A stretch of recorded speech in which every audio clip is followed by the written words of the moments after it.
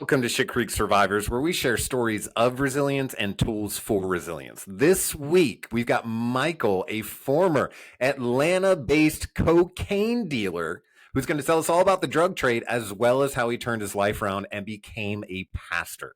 That's right, drug dealer to a pastor. Let's hear all about it. Michael, welcome to Shit Creek Survivors. Thank you so much for coming on. Uh, Michael and I met a kind of funny way. I was actually upstairs. I'm working on the podcast, all that kind of stuff. The doorbell rings. I open the door and I see Michael standing there, who I've never seen before. And he says, "Hey, I need to get in your backyard." And I go, "What do you mean?" And he obviously, I could tell then he was working for a company. He was trying to apply something to the yard. He was just moving and shaking. And I was like, "Are you sure you're at the right place?"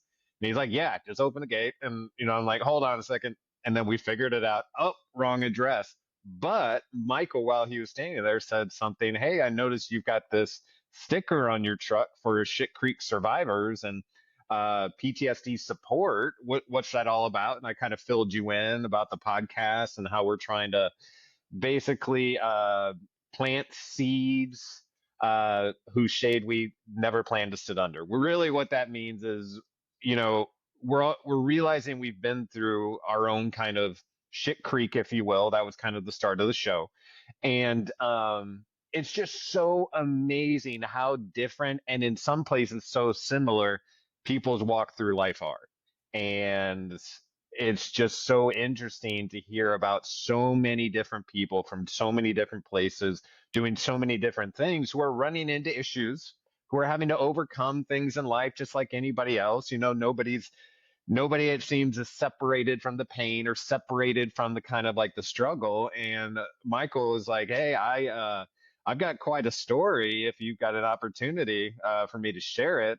I heard a little bit about maybe dealing a little cocaine at one point in your life, and then something about finding yourself in seminary. Am I on the right lines? Yes, sir. Yes, sir. All right. So that was my best I could do because we only talked for like 15, 20 seconds or something like that. But I gave you my card. I was like, "Send me an email if you're serious," and you did. So here we go. So tell us a little bit about yourself. Who are you? Where are you from? Oh man. So my name is Michael Joyner. I was born and not so much raised in Athens, Clark County, Georgia, home of the good old Georgia Bulldogs. Oh yeah. And I would say I kind of grew up a little spread out throughout the state. A little bit of Athens, a little bit of Lawrenceville, Forsyth County. I've kind of moved all over the state growing up. So I All guess right. I guess who I am. I would say I'm a loving father to a 5-year-old son, and I'm an assistant pastor to what I think is probably the best church in Bartow County, Georgia. There we go. There we go. What church is that? We got to plug the church. Oh man, you guys come on down and see us if you want to hear good sound doctrine preaching.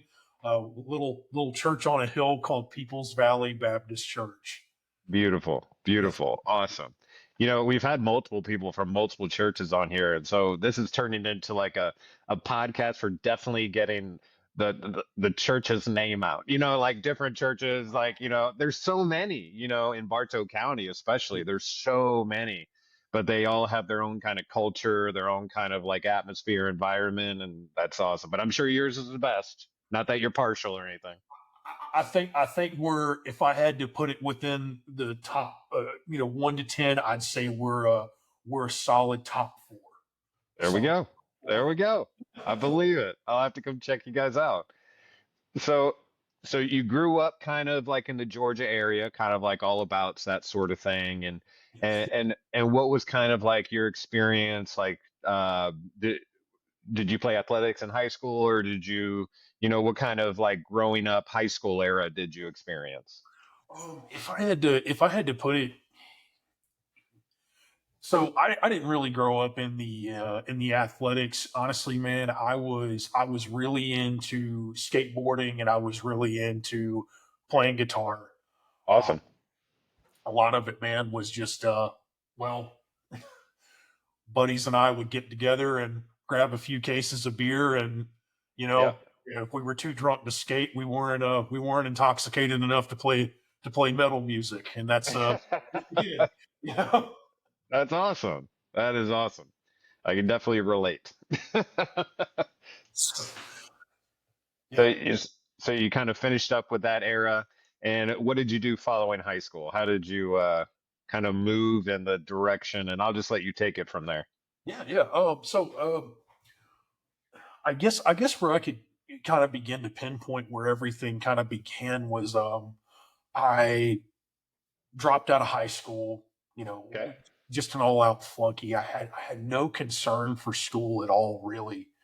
And I moved down to my mom's, and just things were just not going very well. Um, Okay. so I ended up going to this trade school in Franklin, North Carolina, and I would say that's where like I came to the realization of, man, this isn't where people go to learn a trade. These kids are coming here and learning how to sell dope behind closed doors.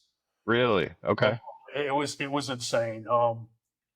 I have seen in a, and this is a government facility in Franklin, North Carolina. It is Okay. very monitored. People come into your room and they inspect your belongings, things of that nature. Okay. Long story short, man, I saw guys bring in anything from ice to cocaine to weed. They were hustling cigarettes by, I mean, it's like $1 a cigarette or something, like some outrageous price like that. Dang. Oh, yeah, I mean, man, I mean, if there was a hustle that could be done, these kids were doing it. Okay. And that's kind of where it started out from there, because I was like, man, you know, dude, I come up here, you know, this broke little white boy from Athens, Georgia, didn't know nothing, Uh, and I get up there, and I mean, I see these guys. I mean, man, these guys are probably, you know, some of them younger than me, some of them just a couple years older than me, pulling out just wads of cash really?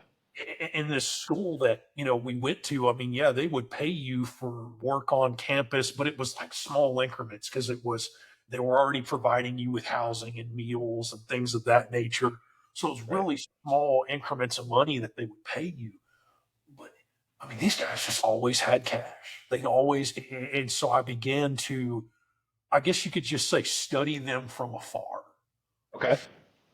Um, Long story short, I get out of this school, and I wind up in Boston, Massachusetts, of all cities. Wind up Okay. in Boston, Massachusetts, living with my uncle, and that's really began. That really is where I began to like get into the game. I just noticed the money being made on the train lines. I mean, man, the T is what it's referred to as. Yeah. The money being made on these train lines was just insane, and I was working a landscape job at that point, and I was just like, man, I'm sick of this. I'm Yeah. sick of this. Finally, I quit my job. I said I'm done with Massachusetts. Okay. Packed up and went home. And when I got home is really when hell broke loose. Okay. Yeah. All right.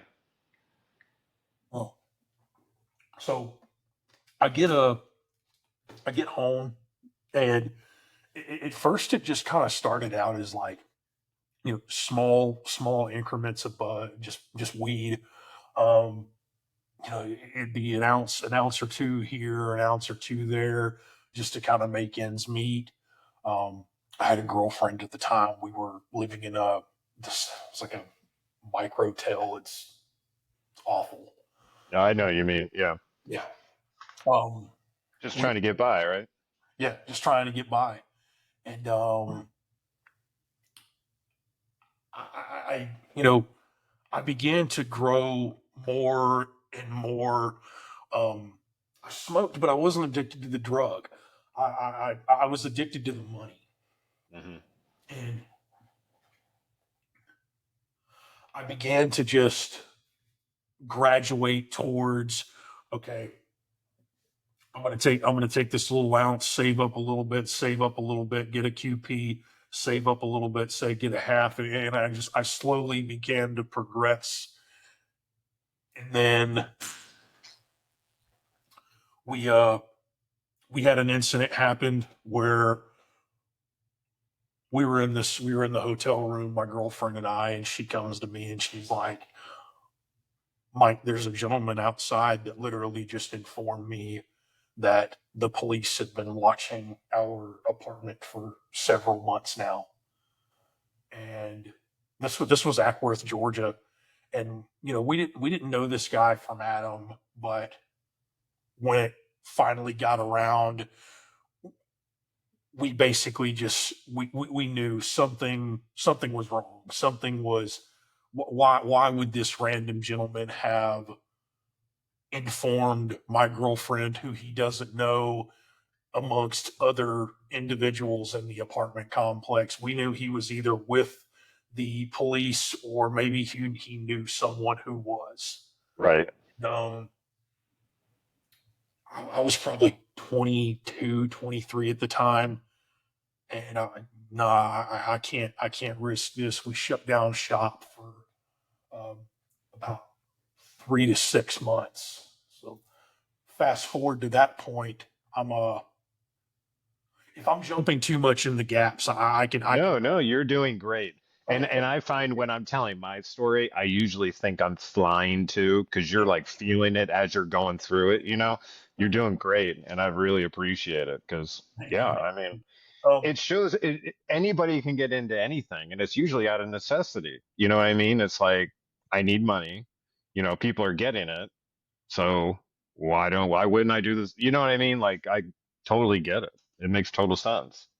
so we ended up living with my dad in Marietta. Fast forward to that point, and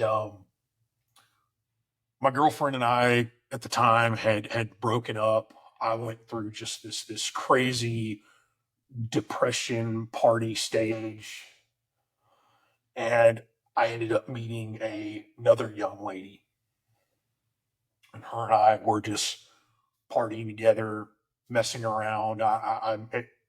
It went from a fling to a relationship to a business partnership, just like that.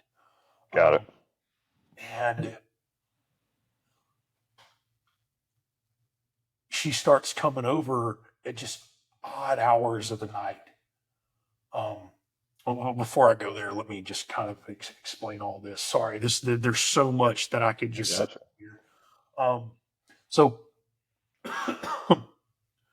uh, girlfriend before the business partner girlfriend. We'll just go back to there. We were both living with my dad at this point, and both of us were just flat broke. I was working a landscaping job, trying to just gather up any funds that we could to survive. We were completely out of the game. Things got hot over there. Right. That's why we ended up moving in the first place, in with my father. Um, Long story short, um,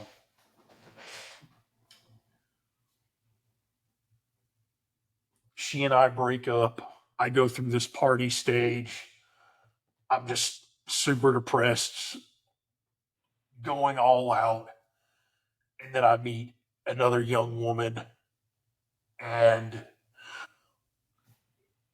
she began to kind of like gradually introduce me to her friend group. And I would say about that point was when things really began to take a massive change.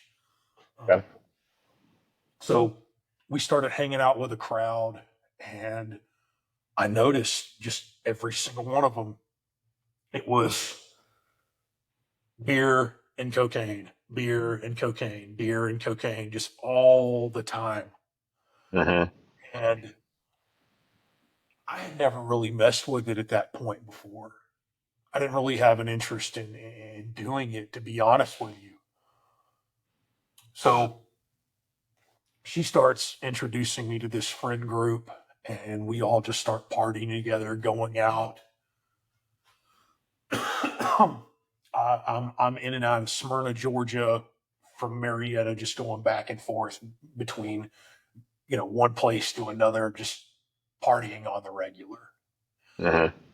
And all of a sudden, she comes to me and she's like, look, I want to take things to the next level, and with our relationship, and I I want to move in together. I've found an opportunity where both of us can live together. So I'll just refer to this woman as Miss J. Miss Okay. J. We end up meeting Miss J, and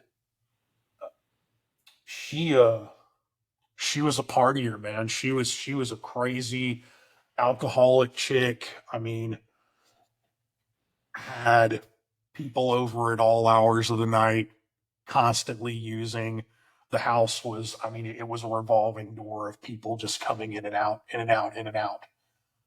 And we were over there all the time, just drinking and having a great time.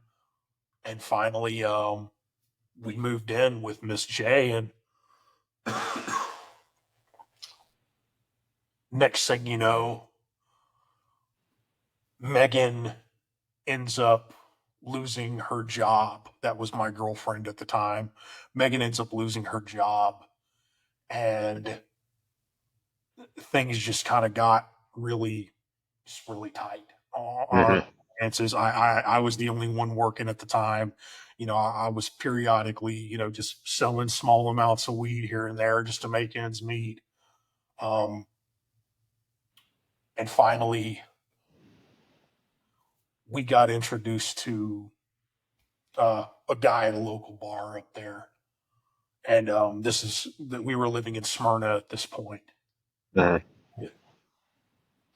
I ended up meeting up with this guy, and I just told him, just straight up, look, this is what I need. I invested a pretty what was a substantial amount of money at that time to me. Um, I invested a certain amount of money, and he gave me my goods.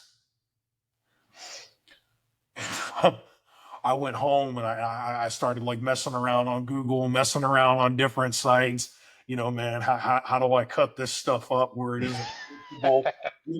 I mean, you know, I didn't. So finally, I come across this product called inositol, and inositol, it is so basically it's something to do. It's like a dietary supplement, but it's real. It's a real crystally white, shiny material, Okay. and it looks practically identical to cocaine. Okay. So I just started cutting up cocaine with a dietary supplement. All right. So people are getting skinny and having a good time. Yeah, yeah, yeah. Just kidding. Um, Just kidding. okay. So I come across that product, man. I start chopping it up. I start breaking everything down. Listen, this is what my dubs are gonna be. This is what you can get for a Benjamin. This is what it's gonna cost for an 8 ball. And things just took off. Yeah, Okay. literally in the blink of an eye, we went from just being like some small household, like nickel and dime type of people to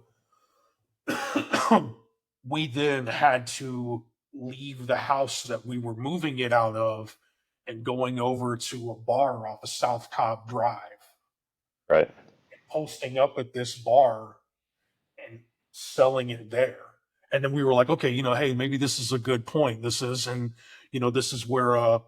where the money really started rolling in.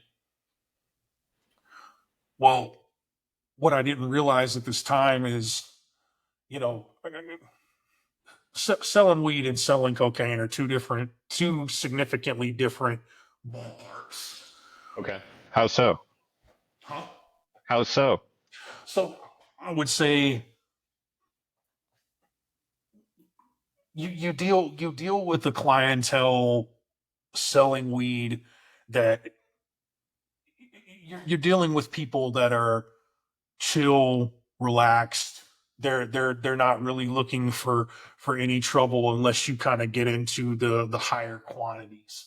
Right. Um, I never, when it came to weed, I never really got into the higher quantities. I was more of I'd say if I had to put an exact number amount on it, I probably move maybe at the most like 5 pounds at a time. I Yeah. Not a very significant number. No, not a big dog in the game. You know, Right. um, it's when you get into moving coke when it becomes extremely risky because then you deal with not only a lot of cutthroat people, but you deal with a more violent, a more I just describe it as a hostile environment, man. That makes People sense. people treat you like a vending machine that if their product gets stuck in it, they're just gonna beat the hell out of it until they get it out of you. Um, Right. it's an industry of a lot of mental abuse. It's an industry of you stop looking at people as people and you look at them as a numeric. Yeah. Um, at that point, you're no longer running a small mom and pop business. You're treating it like a Fortune 500 company. Yeah. You don't do for me. Okay, go to hell. There's another junkie down the street. Go Right. buy somebody else. I don't care. You know. Um, That's a really good point, even being a former police officer. I knew that, but it's hard to kind of like, bring that up and really recognize it that yeah, and like the weed game, first off, when you're dealing with a pound of weed, it's a pretty good amount of quantity, but when it comes to the amount you're actually able to sell and the money you could generate, it's much lower, right? Compared to like a pound of cocaine. But that makes total sense that kind of like your weed smokers, your typical get an eighth, get an ounce, get that kind of thing, that caliber of customer is going to be a lot different. Like compared to like the guy who you just said, like if you get between him and his fix, it's a problem. You know what I mean? They're not able to see you as the in between. They're like, no, you're my pro. You know what I mean? And that's interesting that you said that. Thank you. That's cool. so one of the things that I think a lot of law enforcement should be aware of nowadays is the money that's involved. Hmm. Man, people people don't realize you can buy a pound from out west for $650 to $1,000 Yeah. being your absolute highest price, Right. and then sell it for 2,000 to 2,500 here in the state of Georgia. And Yeah. I was. because that's what I was doing. Wow. Um, Okay. but the thing of it is you go out and buy, and now mind you, we're talking only 448 grams of cannabis. That's the exact number of a pound, 448 grams. Right. You can take 1 ounce of cocaine, and throw a quarter of cut on it, and you've taken it from 28 to +7. Yeah. And you can then sell those grams for $100 a gram and end up with over $3,000. Yeah. And you're carrying around less. It doesn't stink as much. Exactly. The, Yeah. the cost of it is, you look at it and you're like, oh man, but it's $1,000 an ounce. Yeah, it's $1,000 an ounce, but by the time you break it down and you cut it up, Yeah. really what you're handing someone for $100, they're only getting about $40 worth of actual product, and the rest is cut. Really. Yeah. Um, Yeah. and so, anyway, I'm not going to bore you with the business numerics. It's so interesting. Are you kidding me? Like, this is so interesting the way you're explaining it, the way it's like, that makes total sense. And people need to understand kind of it is a business. You know what I mean? Like it is a means to make money. Um, It's a businessman, but the life itself is hell. is Uh, it? yeah, it's awful. Um, yeah, What? I'll kind of go into that, man. Go ahead. I'm sorry. I was going to say, what do you mean by that? Like, So, man, I'll tell you. So when I came to a really hard realization one day, and I was in the midst of my living room, just kind of chilling out one morning, and a friend of mine comes in, and I had been so overwhelmed from the amount of stress we had had. Um, my roommate, Miss J, had just gotten into a really bad car accident at this time, and police were just in and out of the neighborhood. I had gotten into some physical altercations with a guy at the bar and a guy that came and visited our house. Just it was just a really bad month in the business, to be honest with you, man. okay, And, my friend comes in the room and she's like, "Hey, Mike, how are you doing this morning, sweetie?" She had stayed the night. We had all gotten pretty messed up the night before, and I break down and I'm like, how the f would you feel if you knew that you were poisoning people and poisoning your significant other for a living? And the weight of that just hit me all at once, and I just began to just tear up because not only was I selling it to people, but I was watching my girlfriend Megan at the time actively use. okay, And I would just let her do it. I wouldn't even care. It was just like, here, whatever, go ahead, do whatever you're gonna do. right, And the weight and the sheer guilt of that hit me like a 9 pound hammer to the chest. And the stress that life causes you is, I'll give you a few different examples. Um, we were on our way to a bar one night and we got pulled over. And now, mind you, I kept my stash in a really inappropriate place, tucked in a certain area that I'm not going to describe on your channel, but okay. it was tucked. Well, yeah, It it was, hidden well. yeah, very well. So we get pulled over on the way to this bar one night, man, and I got it tucked in, and it's just hanging out, and the cop comes up to the window. We're just casually talking. Long story short, we get pulled over between our house and there, and he comes up to the car. I got it tucked up, tucked. He goes in. He searches Megan's purse. They haul her off to jail. She had, I don't know, probably $300-400 in product, just casually chilling in her purse like an idiot. Uh, Really? Yeah. so that was a major stress because then we knew not only did they recognize our vehicle, they knew the neighborhood it was coming from. Right. Um, Another situation was we had just resupplied one night, and I mean, mind you, we probably had, if I had to guess, between like $4,000 and $5,000 worth of product in the house. She decides to drive home from our local bar one night and gets pulled over by the police. And mind you, we had resupplied not one, not two, not three, four officers back to back, all out in front of our house. And you're just sitting inside. Yeah, we're just sitting inside. We're sitting Yeah. inside, cleaning the whole place up, spraying it down because we had just gotten stoned a little while ago. Yeah. Um, I mean, man, if they would have come through the door, there's not a person in there that wouldn't have spent a night in jail. Every Right. one of us would have gone down the road.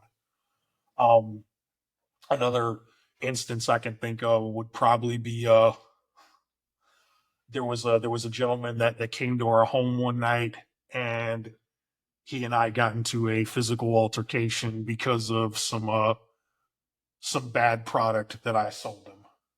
Mm. Well, you sell bad things and you get bad results, and that's just how the business goes. Um, so I mean, yeah, man, it's an extremely stressful lifestyle, and I would say outside of the negative occurrences, as far as the physical altercations and law enforcement goes, man, I would say it's the mental stress. It's the destruction that you're causing within yourself because you become numb to other human beings' emotions. You become uh, very spiteful, very vindictive, very hateful. There's just an abundance of negative words that I could use to describe it, but it's not just what takes place within the day-to-day routine. It's how you deteriorate emotionally.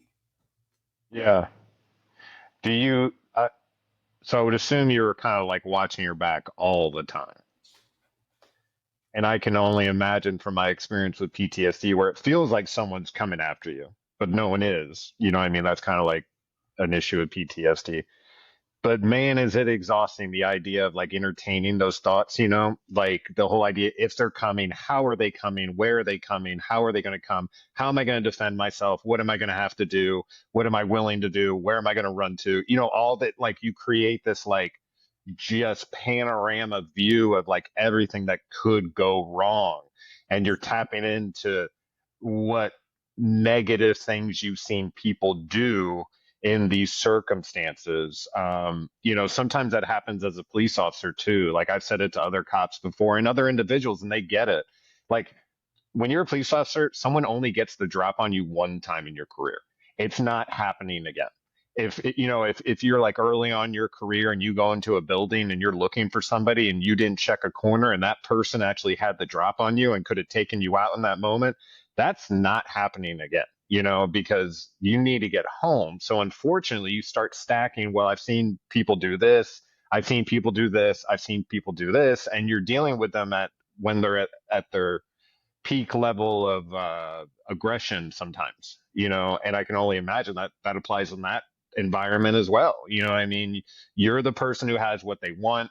You got to, you're asking for money in exchange for it, at the same time, that if these people could, they would probably, if they had the drop on you, they would be more than happy to take it without paying for it. I would assume that's a worry, right? Yeah. Yeah. And then, they know the people that you care about and all this kinds of stuff. So I'm just like making up stuff on my own in my head, but I can only imagine it could be so stressful. So you're sitting there in the living room, it hits you like a ton of bricks right in the chest that, you know, you're coming to grips with the idea that what you're selling is hurting the people around you. Is that correct? That's correct? Yes.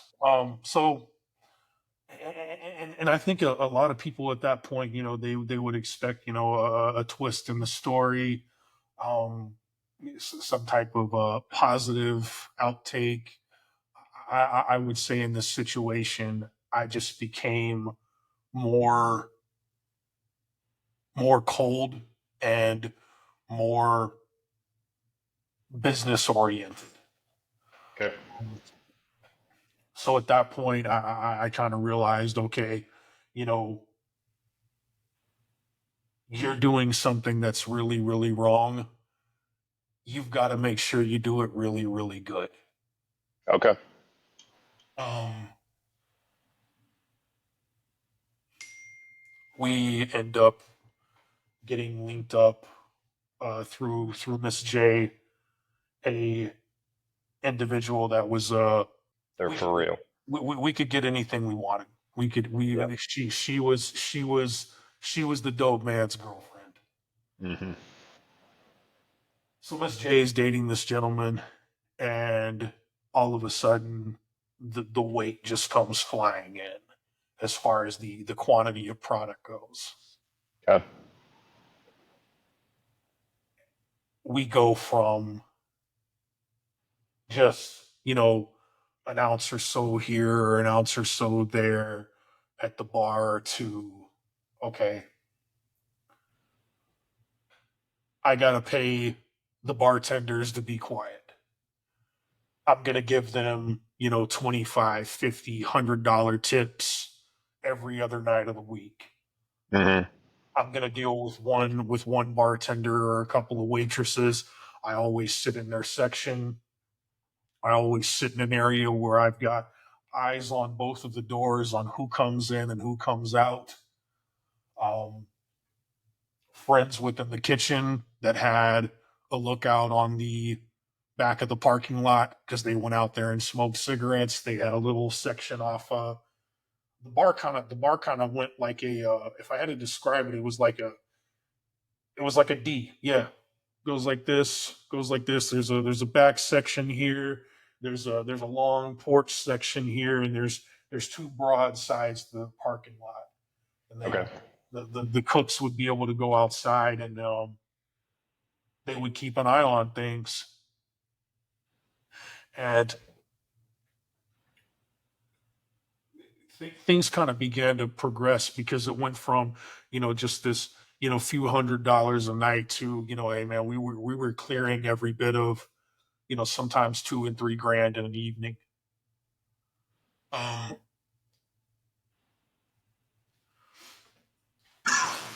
That's good money. I mean, I do have to say that's good money. Did the With the money, did the nerves go up even further? the stress intensifies, but you begin to care less Okay. as you then realize, yeah, they can take me to jail for a night, but I have the money to get out. Hmm. And I have the money for, we kept somebody always on call. I mean, we had somebody, hey, look, keep an attorney retained. Yeah. Um, Okay. that's one thing that in that industry again, it's a given, man. It's look, if you're gonna be in this business, you've got to be prepared for the worst of the worst. Yeah. Yeah, we both she and I kept money tucked away for a rainy day fund. Okay. Um, so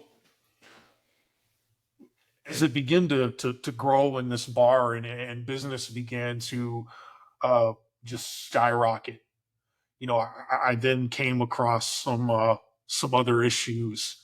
We started having an issue with transportation, but then I realized the the average junkie would rather work for the product versus work for compensation that's going to get them the product. Okay. So the white was their compensation, or the green, whichever. We began to hire people to drive us around. Ah, okay. Um, the white white Hyundai Sonata, green Nissan Altima, and a black Mitsubishi SUV. Yeah. I remember all three of the vehicles, man, all three of the vehicles. And these crummy looking little cars went Hmm. all over Smyrna, Georgia, and made thousands of dollars, thousands of dollars. Man, we were driving by Smyrna PD at 2:30, 3 o'clock in the morning, piss drunk, tons of cocaine on us, and it was just, hey man, I don't care about them. I own this town. That was the type Oh, of mentality that we had. Very very smug, very ignorant. Again, that when you begin to treat it in a business mindset, you grow very very proud. yeah. Um, and I guess over the course of about 3 to 5 years there, things operated very, very well. There was always an abundance of money. There was always product to be distributed. And finally, another heavy emotional event takes place. My my girlfriend at the time decides to go off to Schenectady, New York, and have an affair, or I guess to cheat. In other words, that's where she was from originally. Sorry. Is what I mean. Hey, believe it or not, her and I are very very good friends now. Love her to death. Haven't spoken to her in a long time, but there's no more ill feelings. We're past that Okay. point. So I fell into a very, very heavy state of depression, and it began to just get my hatefulness began to grow more and more towards people. I took my negative emotions out on the clients that we had already. Okay. They would come into the home. It would be, if we weren't at the bar, they would come to the home, or we would meet them, and obviously just in a variety of different areas throughout town. Um, they would come into the home, and I would make it as uncomfortable as possible for them. There would be a 9 millimeter, a Digitech scale, and a bag right in front of me, and I would literally sit behind this. It was like a dresser. I just treated it as an office desk. Oh, really? Okay. What do you want? Thank you. Get out of my house. Okay. They would come in one door, they would come into the front door, and they would exit off to the side over and over and over and over again. And I then began to become more and more hateful towards the people at the bar. I began to mistreat these people and again talk to them in ways that they ought not to be spoken to, even if they are, an addict or, somebody like that. Sorry, this part's really difficult to explain because I began to do a lot of things that I'm not very proud of. Um, Take your time. yeah, Sh- yeah. share what you're comfortable with. Yeah, no, I mean, no, man, you're gonna hear the whole story. I mean, this is like I said, this is a part of my life that I think if I didn't go through it, I wouldn't be the man that I am today. I wouldn't be the minister that I am today. So I'm very thankful for the season of trials and tribulations that I went through. Um, Awesome. so I end up in this apartment where the big individuals that we were doing business with, hung around, and I end up at this apartment, and I walk in, and he takes out this I don't know how to describe it. It's like a miniature Rubbermaid roller tray. It was like, I don't know. It's kind of hard to do on screen, but it was a decent sized roller tray. He brings this thing out, Like a cart? Like a cart kind of thing? like it was probably around, I'd say around like 2.5, maybe 3 feet in length, and probably about two yeah 2 feet in width, and then it was about I would say probably maybe 6 inches deep. Okay, I got you. I got you. So he brings this thing out, and I'm looking at the guy that we get supply from, because he had just brought me with him. He's like, "Hey, come on, man, I want to introduce you to some people." I'm like, okay. And I was the only white boy in this apartment. The only white boy in this apartment. I was terrified. I was absolutely scared to death, man. I did not know how to handle that situation. Um, so he brings me in, and this guy, he just like casually breaks it out, and I look over at it, and I like looked at him, and he looks at me, and I'm like, is that meth? And he's like, yeah. This man had two of these things filled to the brim with I don't know how many pounds of ice. I Oh, truly, wow. I mean, if I had to put a number on it, I mean, it had to be above in the double digits. Yeah. Just insanity. Yeah. Um, and I looked at him and I was like, "Hey, man, what does something like that go for?" And he started breaking down the numbers to me and stuff like that. So I bought a little bit off of him. I was like, okay, whatever, man. I think I picked up like a half an ounce or an ounce or something like that. Just to see what type of numerics I can make off of it. Well, I learned quickly that I didn't have a clientele for that stuff. No one wanted it. Gotcha. And man, that stuff is gross. I don't want to mess with that. People lose their teeth, people lose their minds. Right. That's something I don't want to deal with. And it's like, okay, fine. Well, I think your nose is bleeding, brother. No.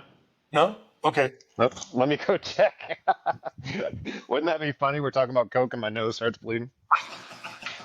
So I realized, hey man, I don't really have a clientele for this, Hmm. but I've got to get rid of it somehow. And I started busting this stuff up and putting it into the Coke we were distributing. Hmm. And I noticed people just kept calling and kept calling and kept calling and kept calling. Uh-huh. And I realized, like, okay, man, you're treading into some dark waters. Like this is, something like this, man. This could stop somebody's heart. This could seriously injure somebody. And I mean, I knew this the entire time. Again, I didn't care. Um, Finally, I had gotten rid of it, and business had gotten even better. And I just continued doing it. I Gotcha. continued I continued mixing one thing with another to build the clientele. Does that work money wise? Meaning, can you cut it with ice and you profit compared to like if you're cutting it with something more expensive, like you wouldn't? You know what I mean? Uh, So with ice, we have to realize ice is a much cheaper product than manufacturer. Yeah. yeah. Yeah.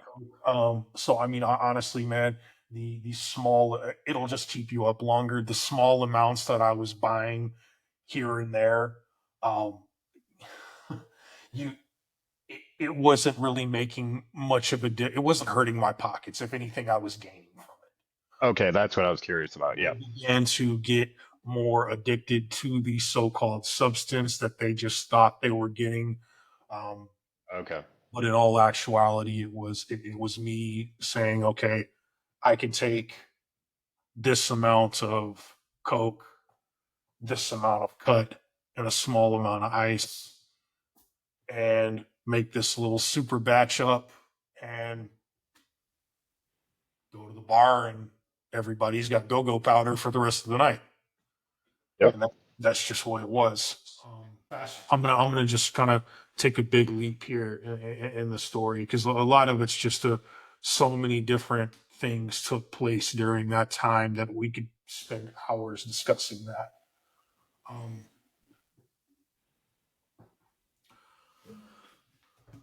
my a very dear younger friend of mine ends up moving in with me, and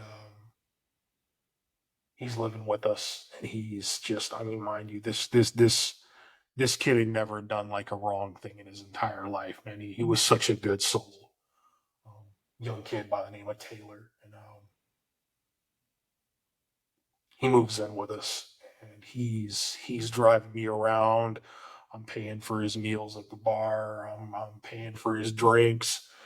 Just hey, look, man, look, dude, you keep the wheels on the road, dude, and you keep this gravy train in motion. The one thing they're not going to mess with, they're not going to mess with a scrawny little white boy with a little country town tag, and a country accent. They ain't going to mess with this kid. The one Right. thing, the only person they're going to look at in that vehicle is me. Um, and we kept this up for about after he moved in. We kept this up for over a year, I would say.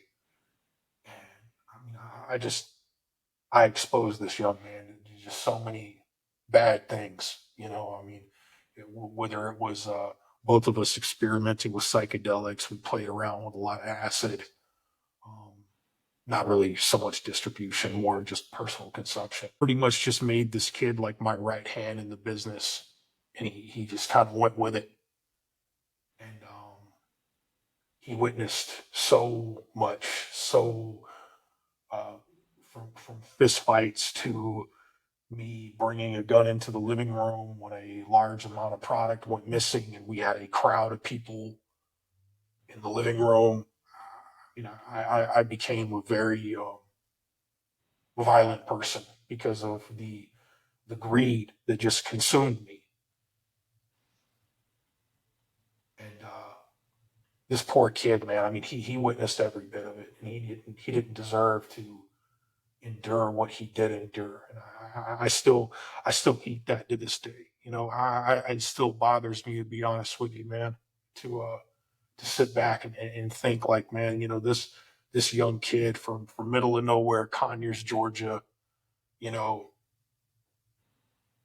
he didn't know nothing about this life. And he went from living out in the middle of the boonies with his dad and, having a good old time. And next thing you know, you brought him straight into the pits of hell. And, I think about him sometimes. I haven't spoken to him in years. He still refuses to speak to me. I don't blame him, to be honest with you. I don't. Um, about that time, uh,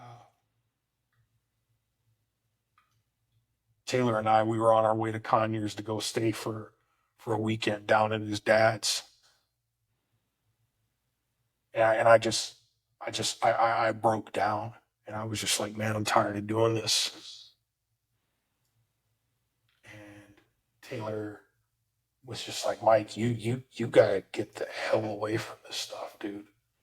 And I was like, man, you just don't understand. I can't.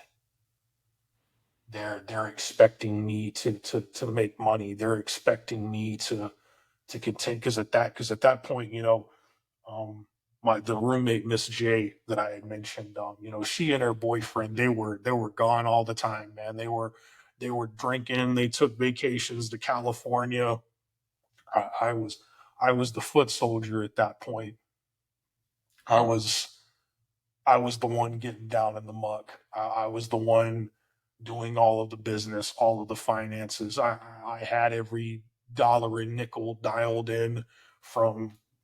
You could have asked me a question of something that, oh, what was the income 6 months ago? Well, I can tell, I don't know the exact number, but I can tell you that it's probably, we're making exactly $3,000 more just off the top of my head. But I had that number written down. Right. But and it was hard to explain to a young kid like himself, you know, you, you just don't walk away from this. You don't just get up and quit. you Right. know that's how people end up getting beaten up and accused of snitching and things of that nature. I mean, there's so many variables involved. Hmm. And so we stayed gone for about 2 weeks. And this is truly when I feel like the Lord began to step in at this point. This is where I think, I really now that I've had some time to marinate on everything that took place, I really feel like this is where the Lord really began to step in and give me some confirmation, some clear sight on just exactly how much destruction I was doing. Um, we go down and we stay in Conyers for about, I don't know, 2 weeks. We're working for a landscape company down there. I'm just living life. I'm just away. Uh-huh. You know, had money put away. Um, Everything was going fine. Yeah, we would occasionally go back and forth just to, if I had to take care of a bigger client or something like that. But I mean, for the most part, man, we had gotten it to the point to where it was making money for itself. Well, I'll just leave it at that. Okay. Um, and I go up and I walk into my house and excuse me, I left Conyers and I went back to my house and I walk in and I go and I grab my safe and I look at my safe and the sides of my safe had been burned as if someone tried to break into them. Now this safe, like I didn't really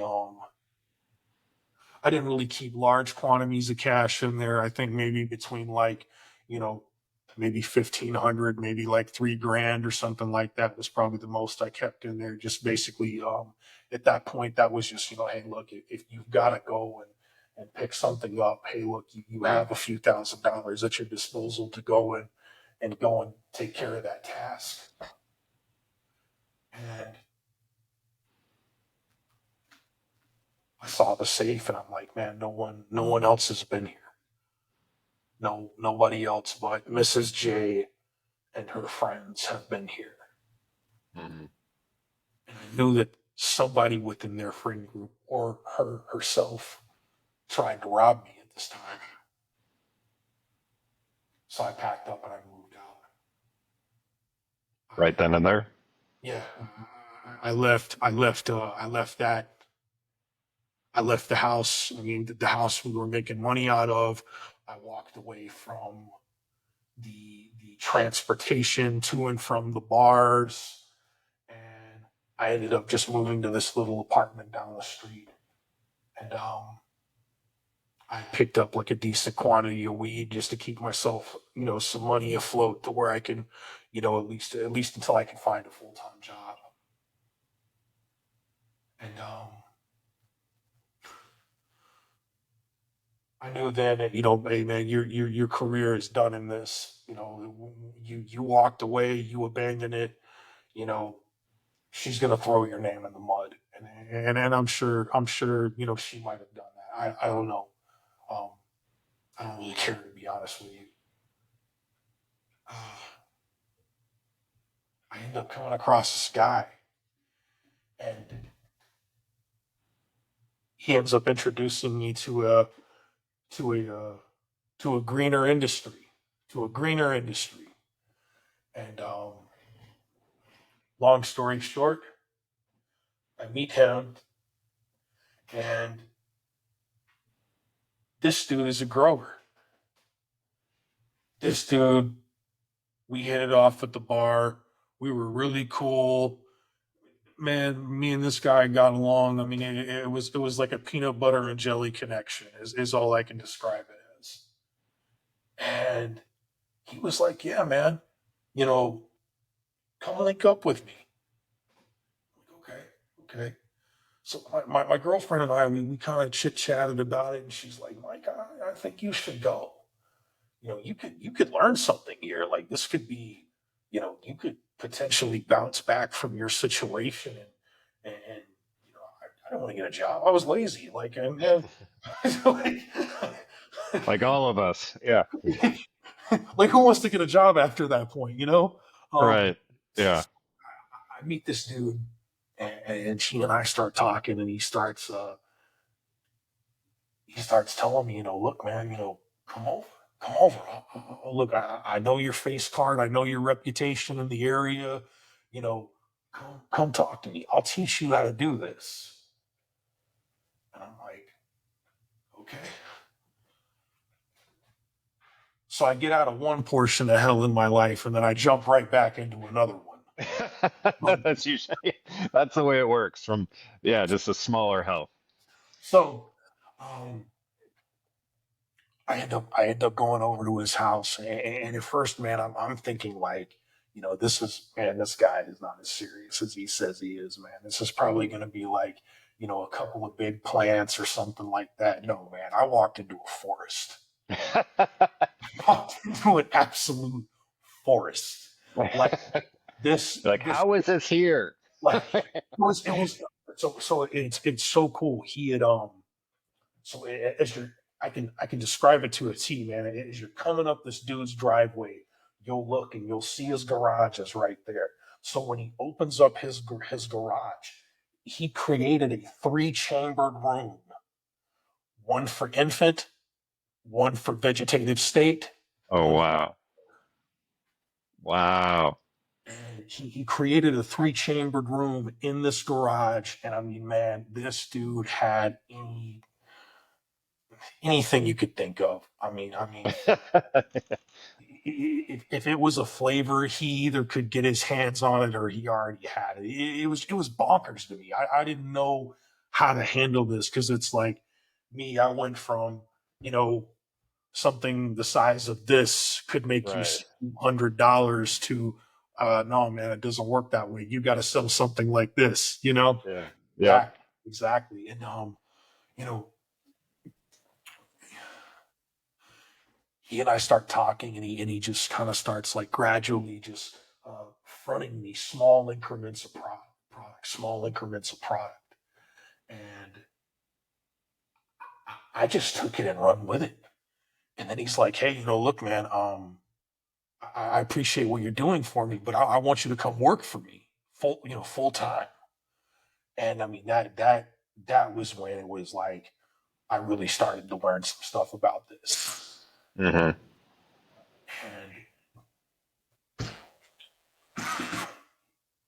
I moved in with my dad for a short period of time, and as bad as this is to admit, I used my dad's house as a hub. Nice, nestled little house in Marietta,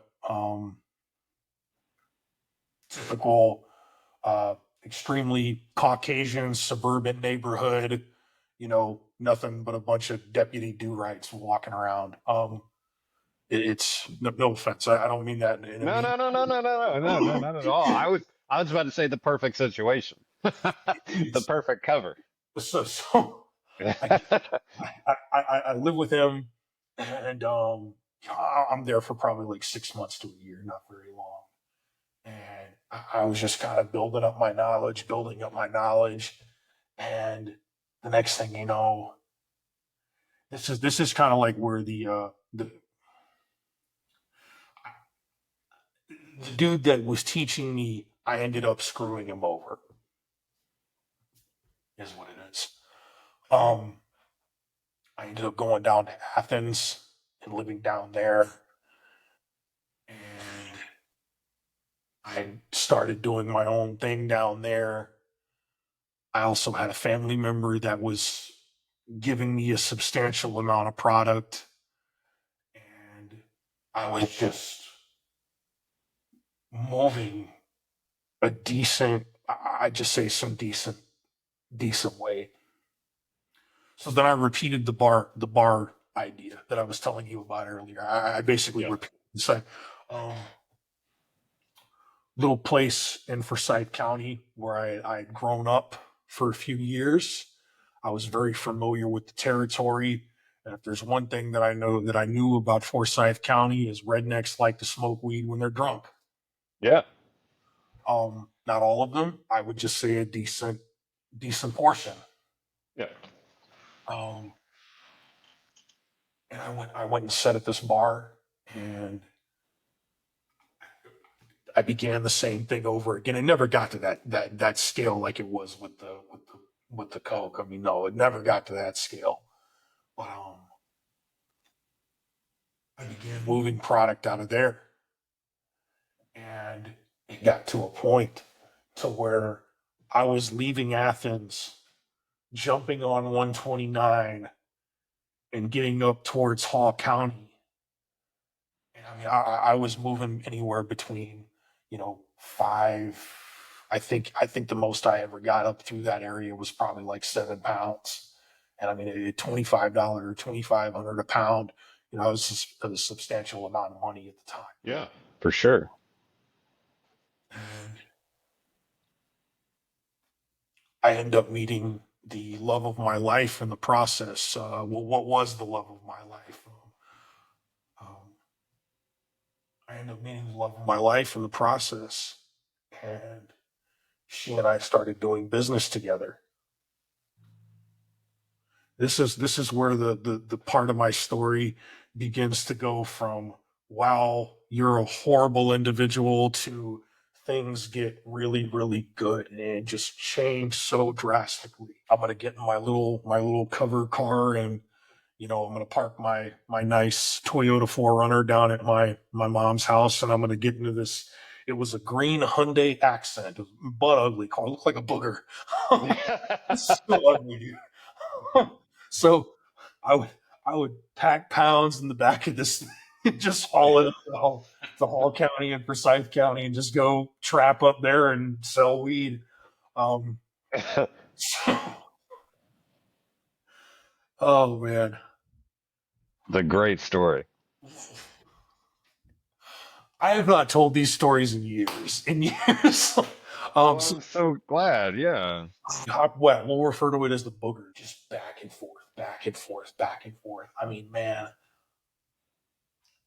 it was nuts. And then, but as she began to see like what all I was doing, we grew closer emotionally. Okay. Um, I get a call from her, and she's like, "Mike, sit down. We need to talk." And I'm like, "What's up?" And she's like, "I don't know how to tell you this, but I'm pregnant." And mind you, I used a lot of creative language when she explained. Like, I'm not gonna go into that language. You already know what it is. I, what? No, that's Mike. I'm pregnant. And now, mind you, you look at this little pretty woman I was with at that time. It's like, man, she's 100 pounds soaking wet. Long story short, she she tells me that she's pregnant. And at first both of us were like, no, like we're not equipped to be parents. Right. I sure as hell wasn't. In no way, shape, or form was I equipped to be a dad. No, no. I had no job, an illegal business, a bad attitude, a lack of patience, and was probably one of the most egocentric, just prideful. Can I use the word d-bag in here? Yeah. Yeah. Yeah. I was one of the most just prideful douchebags you would have ever met. Um, horrible human being. Horrible human being. Um, so we ended up making the decision, look, um, I'm going to go and find a legitimate job. Uh, I'm going to keep doing what I'm doing as much as I can, but, more than likely, um, it might take a bit of a dive. I got to try to be legit. So I thought, and I worked for a little while down in Athens, and I ended up moving up to Ackworth, the Red Top Mountain area. Yeah. Yeah. Cartersville. Yeah, Yeah. yeah, basically that little halfway point between Cartersville and Ackworth. And I moved up there, and I had probably so I used to make my own concentrates. Um, wax. I'm sure maybe there's been a couple times, and when you were working in the department, you might have saw it at one point. It's like, Yeah. yeah, Butter. yeah, butter, like kind of like a taffy kind of material. Um, Yeah. anyway, it's just concentrated THC. Uh, it costs about $10 to make, and stupid kids will pay $100 to buy it. Um, that's, that's just what it was.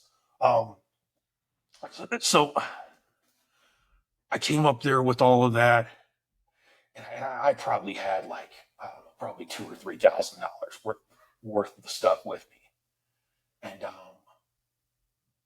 I didn't have a vehicle. The something had taken place with my forerunner. I had to the booger did not belong to me. The booger was actually my mom's, Okay. and I paid her to obtain the booger. By pay her, I mean it's like, hey, I'm going to take you out to dinner here and there. As long as I get to borrow the car. Yeah. She knew little increments, Right.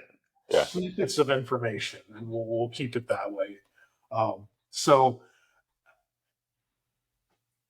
and my stupid self was so desperate for a vehicle, I gave him probably $3,000 of product for a Oh. truck. Just back and forth to my job. I managed to speak with a dear friend of mine, Josh, was over at Grassroots Tree and Turf Care. He gave me my old job back and was like, "Yeah, man, come on back. You know, dude, Yeah. you know what you're doing. We don't got to train you. You know, just come back and work for us." So, That's awesome. yes. So Yeah. I needed this. I needed this truck so desperately that I spent $3,000 for a $1,000 truck. Gotta do what you gotta do. Horrible financial decision. So, It's funny that he took it. yeah. Um, so, so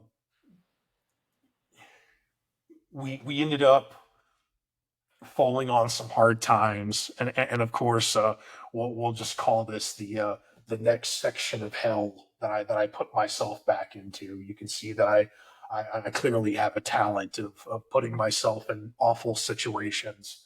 It's magnificent. Um, But then you look back and you're like, man, God, if not for all these things. And yes, then and that's when you see the organization in it. You're like, oh, it actually does have like some sort of like a plotted chart here. Yeah. without a shadow of a doubt, this was all I would say my sinful decisions, not orchestrated by God, but these life lessons were orchestrated by God. I Right. would say that. Yep.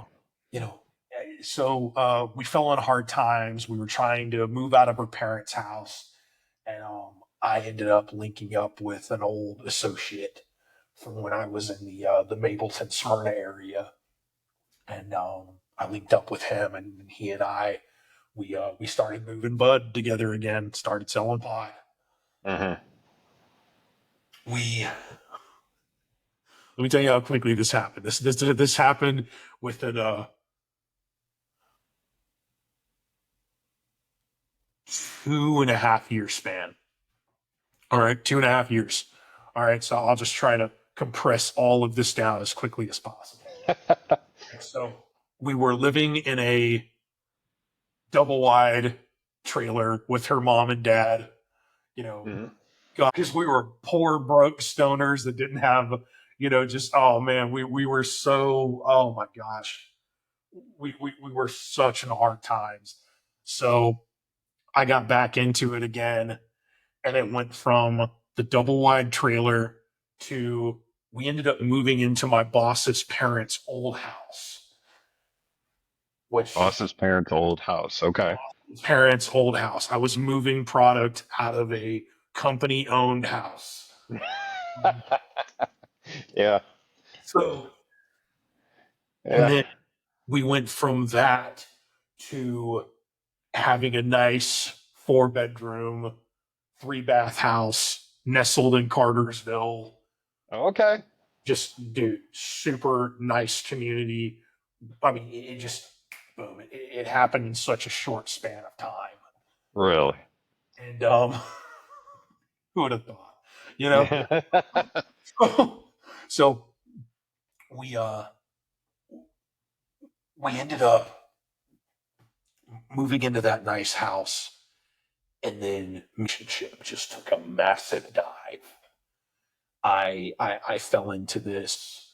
Um, I wasn't really money oriented at that point because I mean my son, yes, I was concerned about money. I wanted to make good income, um, and I had kind of moved up the ladder in terms of care. I had gotten myself a service manager position for their Carsville branch, and I was doing fairly well for myself. But again, it's hey, kids cost an abundance of money. That's no secret. So our relationship just fell apart at the seams. Things just weren't good between her and I. Um, I gained. I think when I at that point I was like 410 pounds. Oh, Uh, wow. yeah, I was huge. Um, I gained an abundance of weight, and I was just, hey, look, I'm going to spend time with my kid. I'm going to go make money, and I just turned into just this spiteful, just upset little monster because my whole world was just falling apart.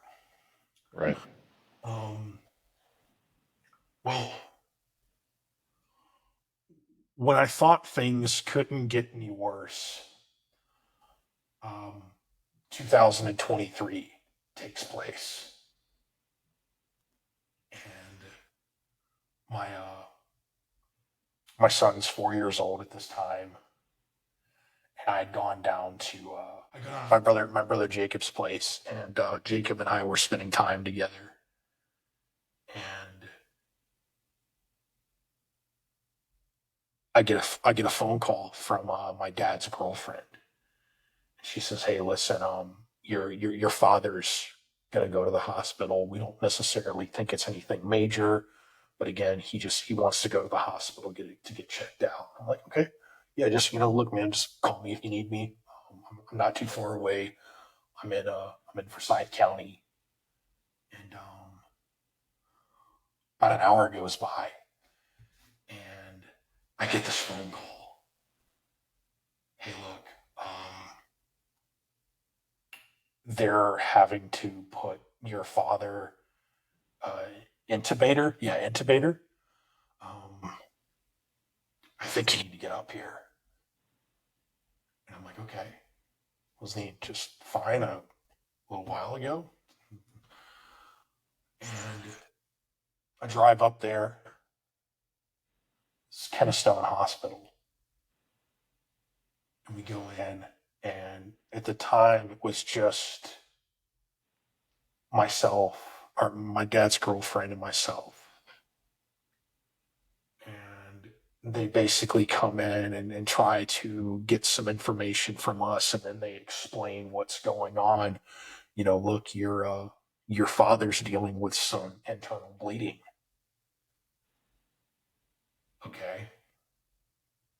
Um,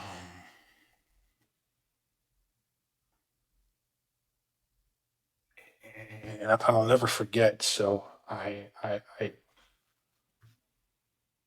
hadn't had anything to do with my aunt April and my uncle Adrian for many years. Um, you know, that's a whole family spill. It's really not important for the sake of the story, but I hadn't really had much to do with them for a long time. But I was like, hey, you should probably talk to you know his brother and sister. They have a right to know. And his girlfriend called his brother, my uncle Brian, and we called my aunt April, and we basically just told the both of them, look, for the sake of being here for your brother, you should probably get up here.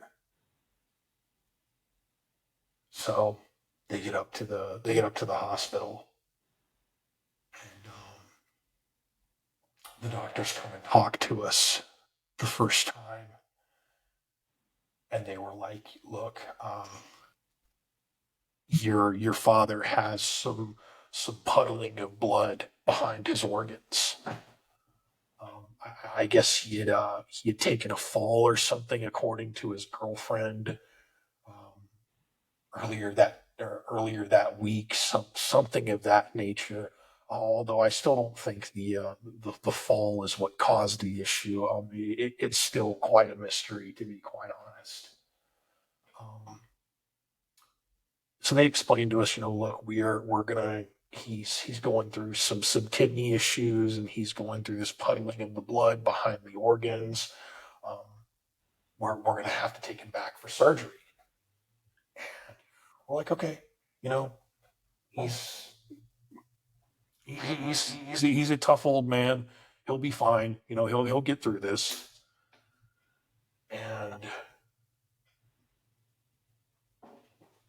it's crazy because it all happened so quickly.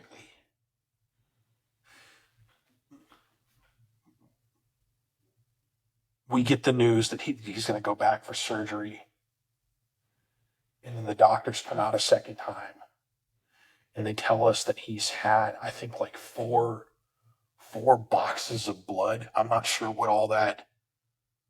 I'm not sure either. I think that I would assume that's quite a bit of blood, I if I would had too. to guess. Yeah. Um, he's had 4 boxes of blood, and we can't keep his blood pressure stable. We're having a hard time. We're going to try one more thing, and this is all we can do. And they came out again, and basically, I was the only one of his kids standing there, and they invited us back to the hospital room to come and see him. I honestly wish I had never. It's indescribable for anybody that's ever really lost a parent like that. I can tell you that trip to the hospital room is hell. It's it'll mess your head up. I walk in, and I see all these things just connected to my dad, and this brown bloodish material being pushed through a straw out of his mouth, and then just him just split open. They had him covered up so I couldn't see where the incisions were made and how he was split. He was cut open. He was lying there, and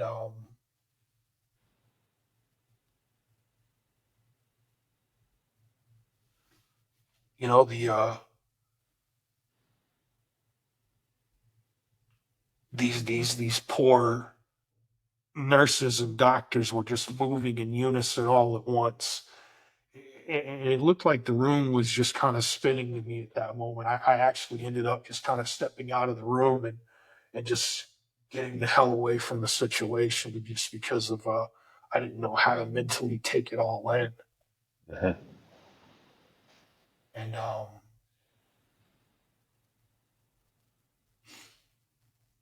you know, I'm so sorry about that.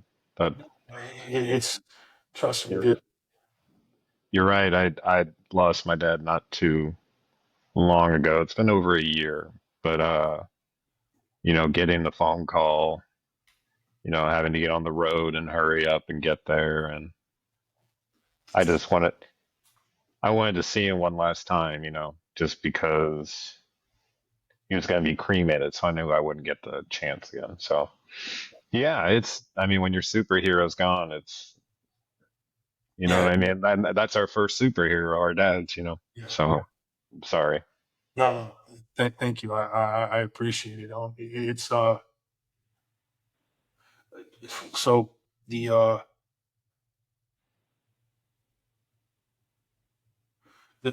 the doctors they finally come. They had put our family into this waiting room, just a private waiting room, and the doctor came down and he starts discussing everything with the family, and like the worst situation that could have happened. Who's his next of kin? And the whole room looks at me. And he basically tells me if he were to come out of this situation, he would never be the same again. And we're telling you it's not possible that he's going to come out of this situation.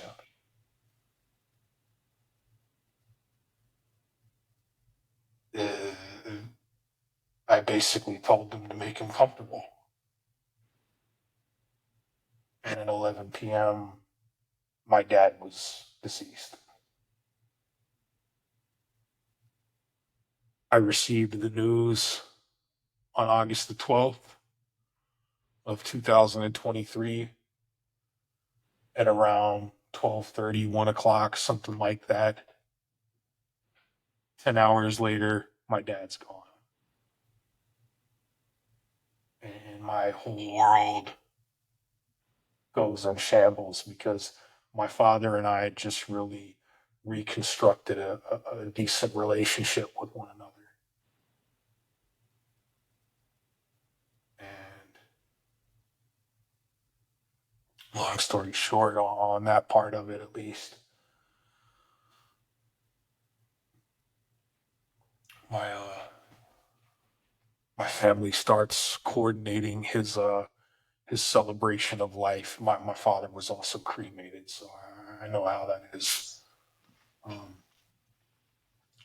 his celebration of life,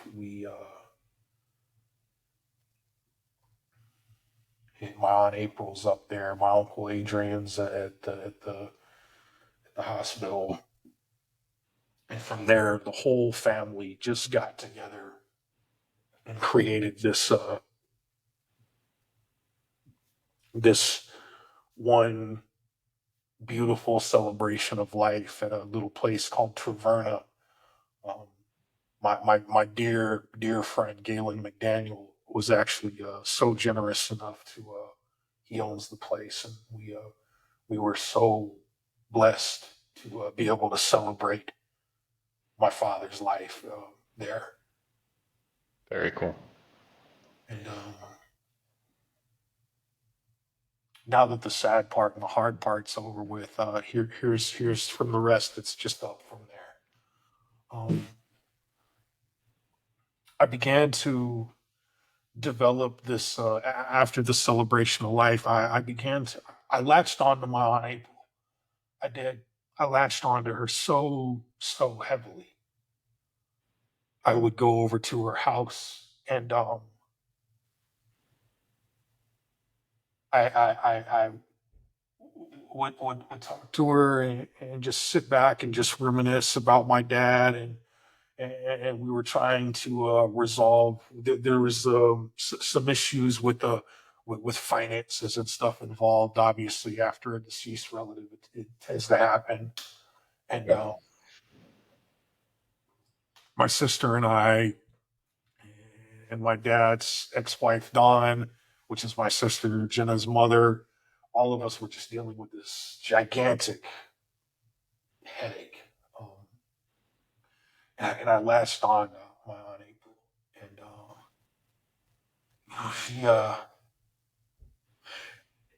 at first it was like it was so weird because at first it was just like we began to just kind of casually begin to talk about the Lord, and I um Hey, look, I grew up around a very biblical grandmother. Um,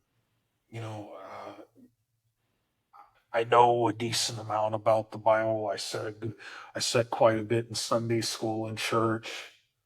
Um, and one day something really weird happened. So prior to my full submission, I knew that I was saved. I knew that I believed in a God. I knew that that the Lord was real, but I wasn't living it. I wasn't, prior to all of that, I just wasn't living the way that I ought to be living.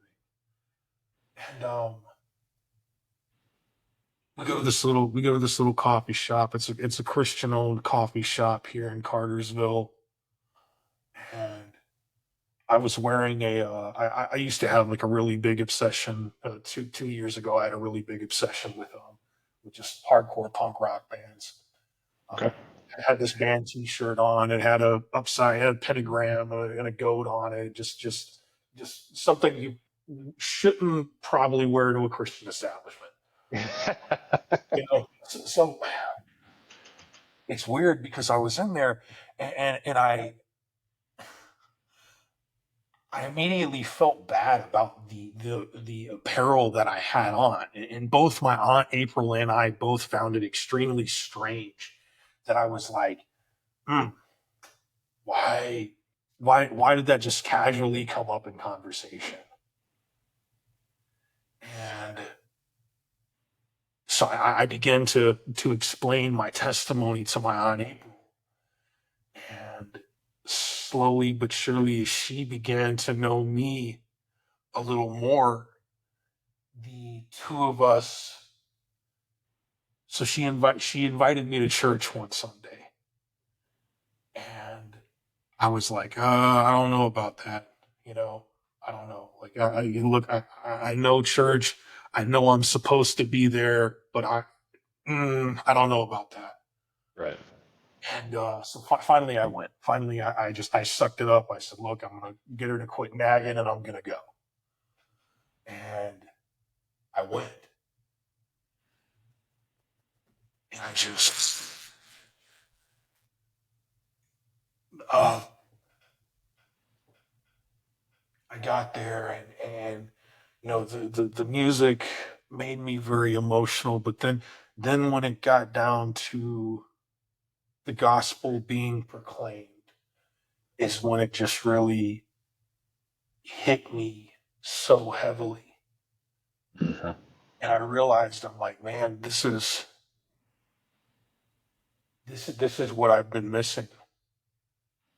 I've done all of these horrible, terrible things. I've suffered so much loss. This is what I've been missing. And I just kept going back. I kept going back. I kept visiting different churches. I became a member of a local congregation up in Adairsville, Georgia. Was baptized in that church,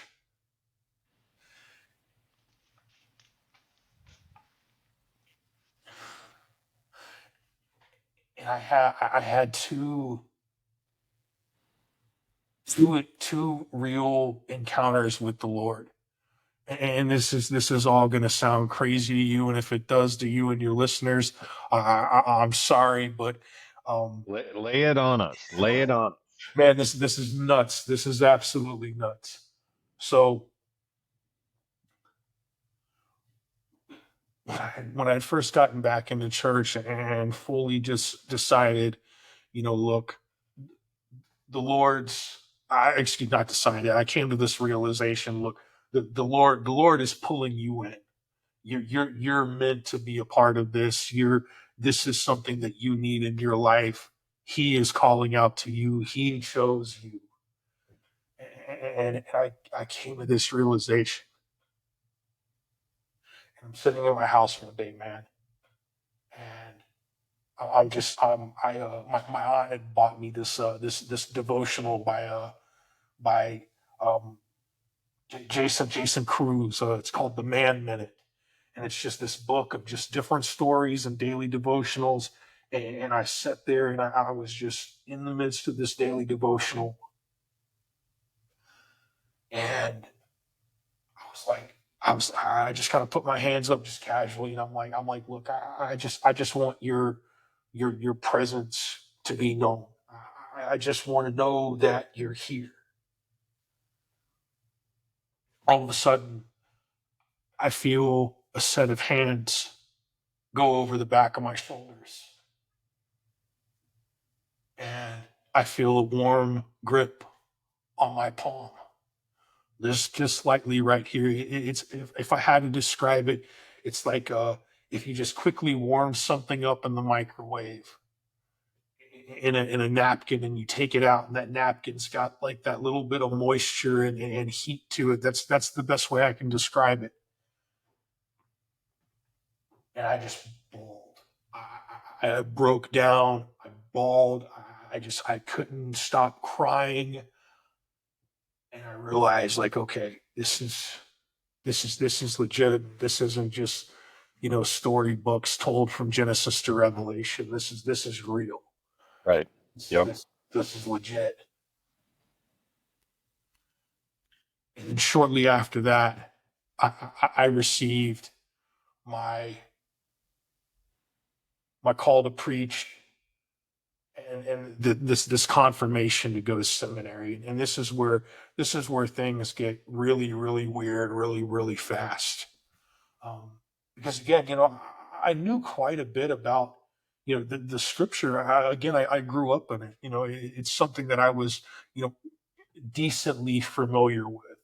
But I would just say on a congregate level, okay, yeah, I can recite John 3:16. It was a memory verse. Yes, Jonah in fact went to Nineveh. I knew the basic level stuff. Right. I then just kind of began to pull apart the scriptures, and what was being revealed to me through the divinely inspired word of God just broke me. It absolutely shattered everything that I had ever believed in. Um,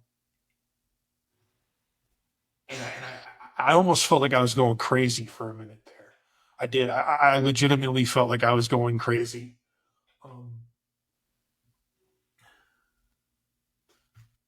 I'm in the shower one day, and I get this. I'm just kind of sitting there, just scrubbing my head, scrubbing my body, and this this vision hits me out of nowhere, and it's me walking through a field, just a Bible in one hand, and I'm just proclaiming the gospel in the midst of this field. Wow. And then I get hit with a piece of scripture. For the harvest is plentiful, but the laborers are few.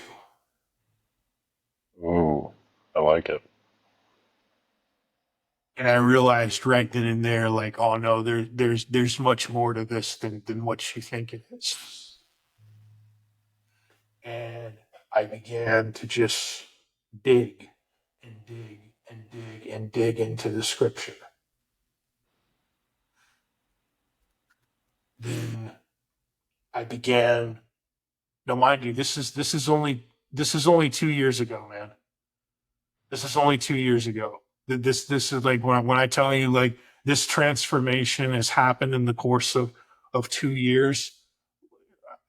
If I had to put like a more exact number on it, I would say this transformation has been ongoing for a little over 5 years now. If I had to put, from, well, more than five, yeah, from the time my son was born to now, just what all good things that have taken place. Yes, some losses happened there, but Right.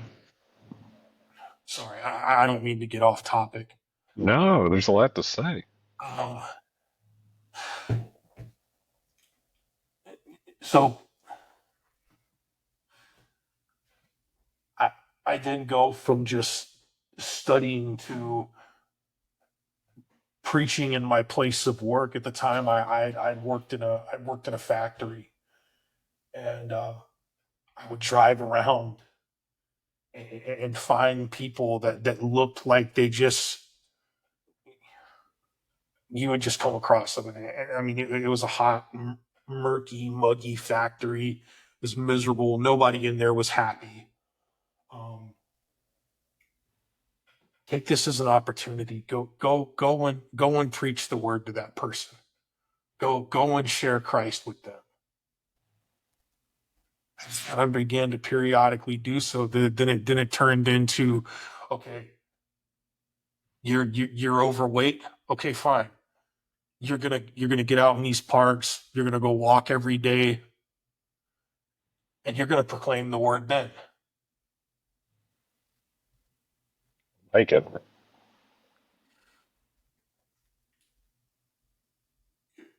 you're gonna start hiking. You're gonna meet people on trails. You're gonna discuss the gospel. Then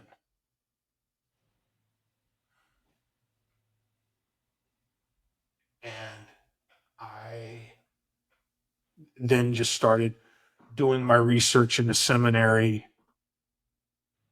And it's funny because I came across this little bitty seminary in Cartersville called Antioch Bible College and Seminary. It's on the top of a church. Like you blink, you'll miss it. It doesn't even look like a school. Really? And the teachers over there, they invited me to come in and sit in a couple of lessons. Hey, look, don't worry about it. We can talk about the financial aspect of it afterwards. Just come and see if this is what you if this is how you doctrinally align.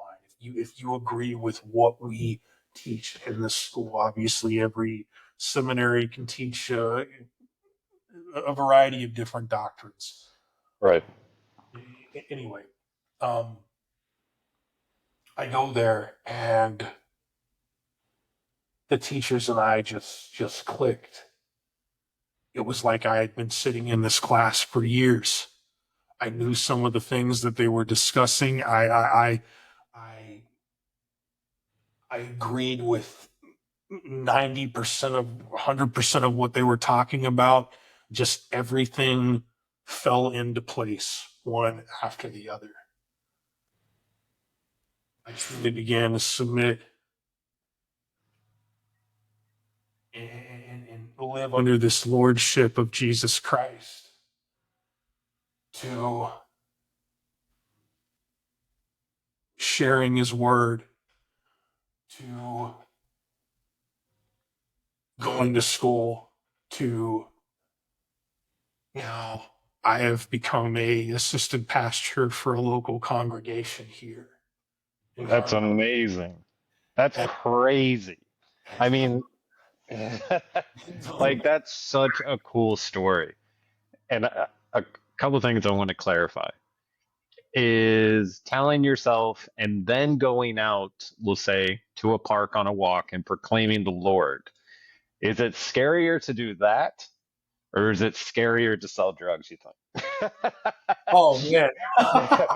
Two totally different fears. I know, two totally different fears. But that's so funny that like a big bad, like ready to brawl, ready to rock, you know what I mean, in the industry coke dealer on the other side of the spectrum when speaking for the Lord. I don't know. I get nervous when I talk about the Lord sometimes. You know what I mean? Because it's just. But then you have to just be like, well, first I should let you answer the question. Which would you agree that they're both scary in their own respects? Man, I'll tell you, um, you step in front of a pulpit for the first time, right? Um, I'll have to send you my first sermon.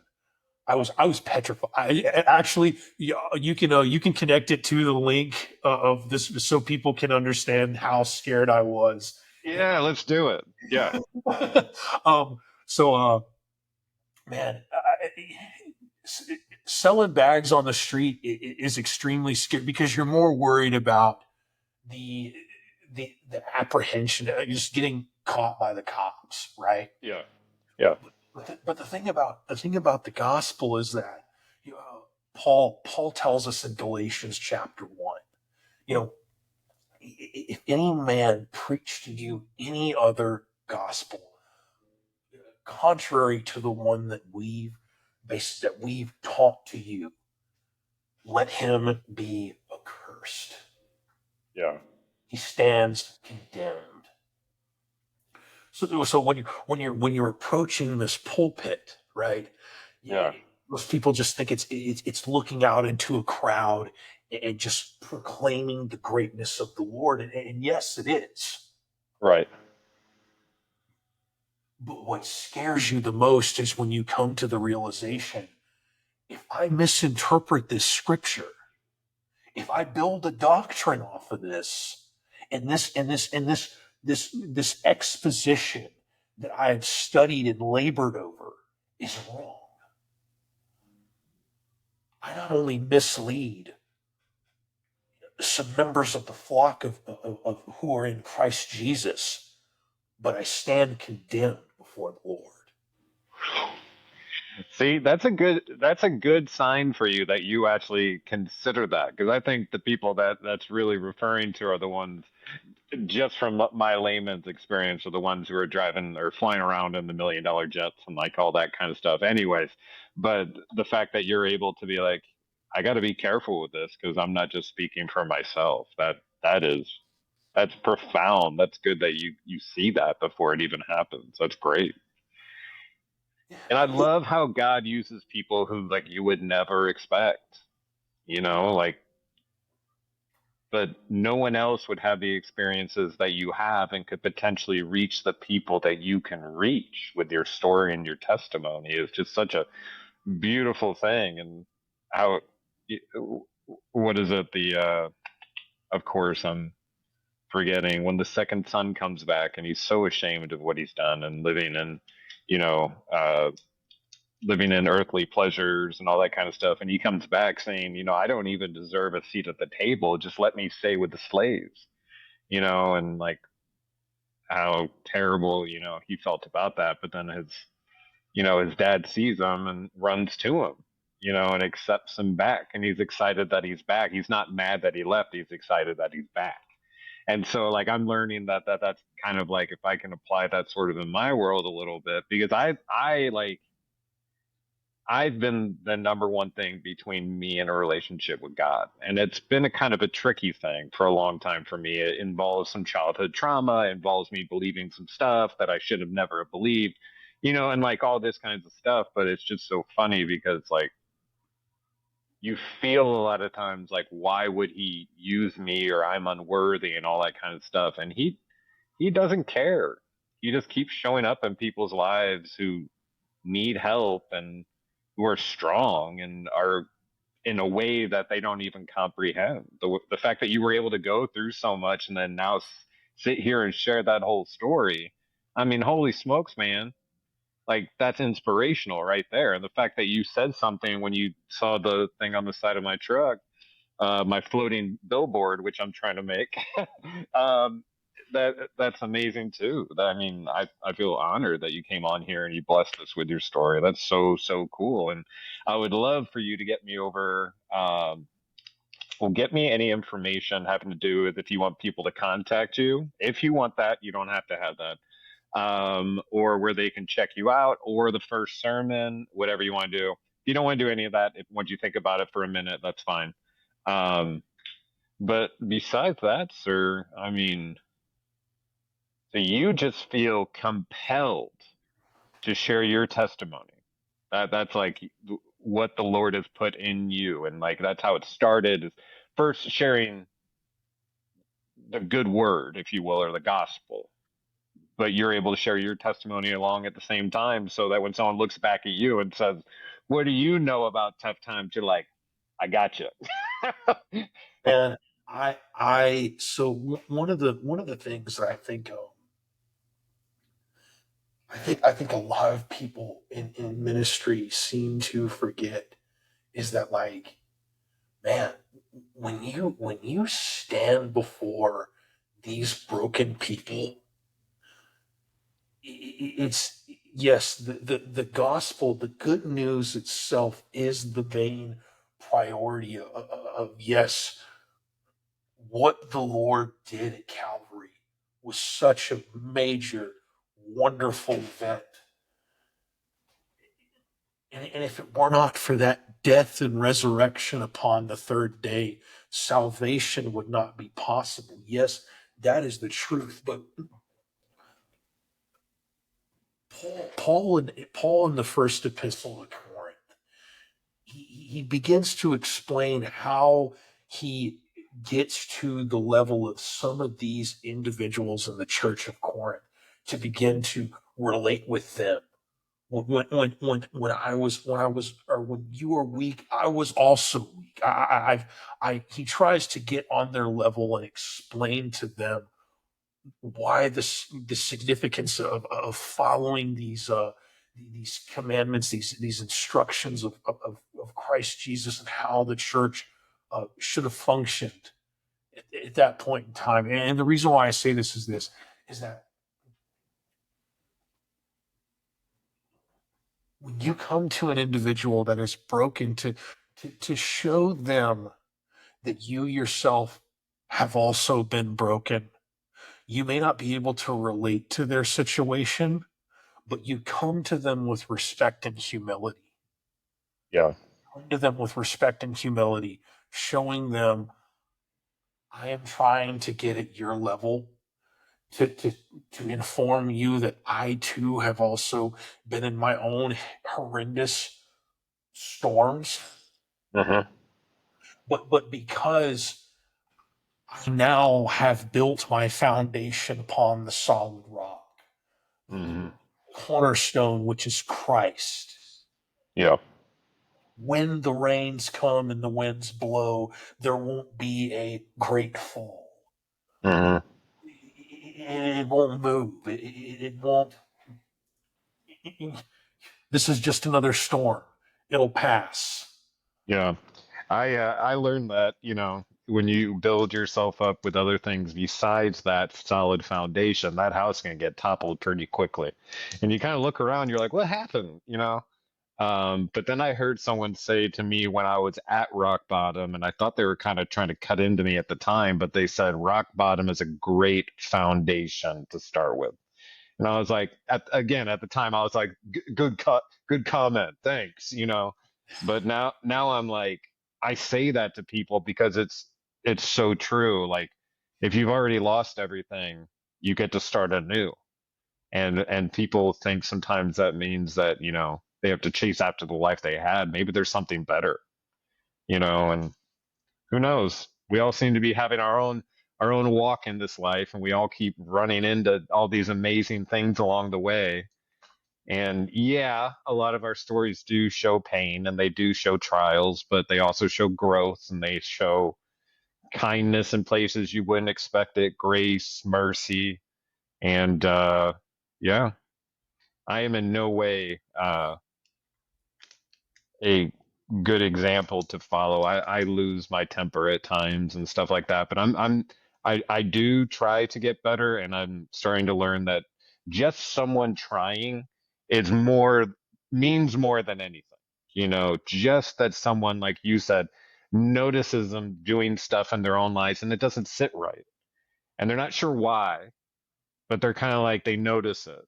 And then after time, it kind of becomes something bigger and bigger. And eventually, you're enrolling in seminary school.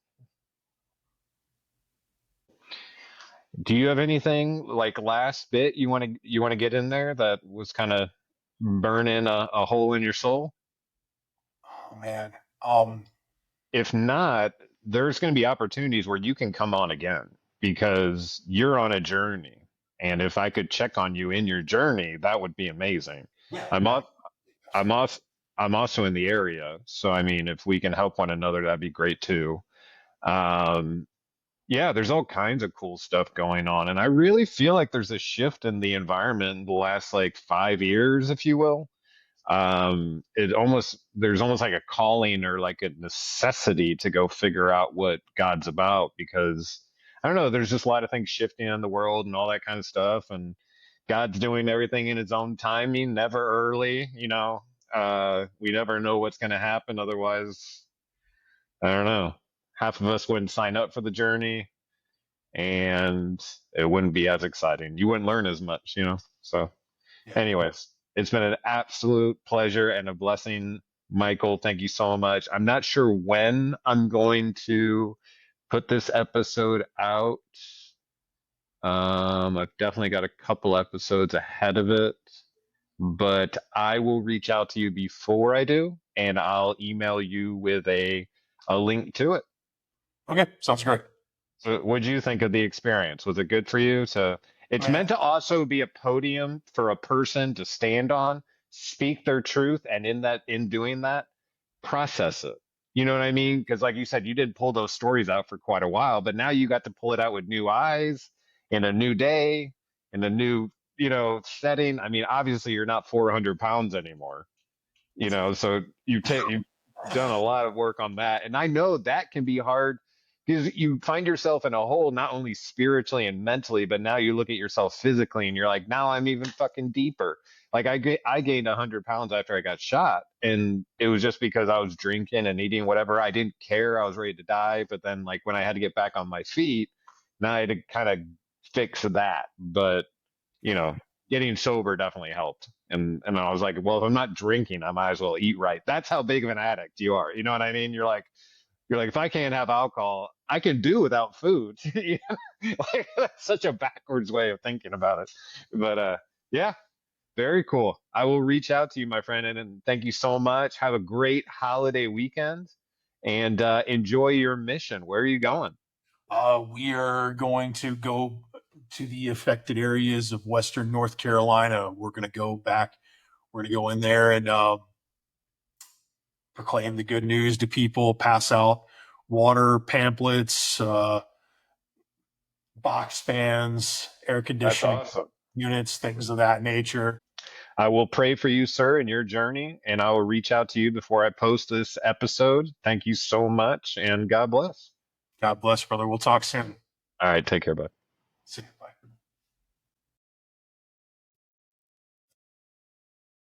Subscribe so you make sure you're getting the up-to-date episode every week. Thank you so much.